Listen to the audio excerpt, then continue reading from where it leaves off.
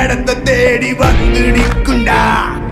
எல்லாம் முடிஞ்ச பின்ன எரிய போறோம், புதைய போற சொர்க்க நரகம் போனதுக்கு சாட்சி இல்லடா.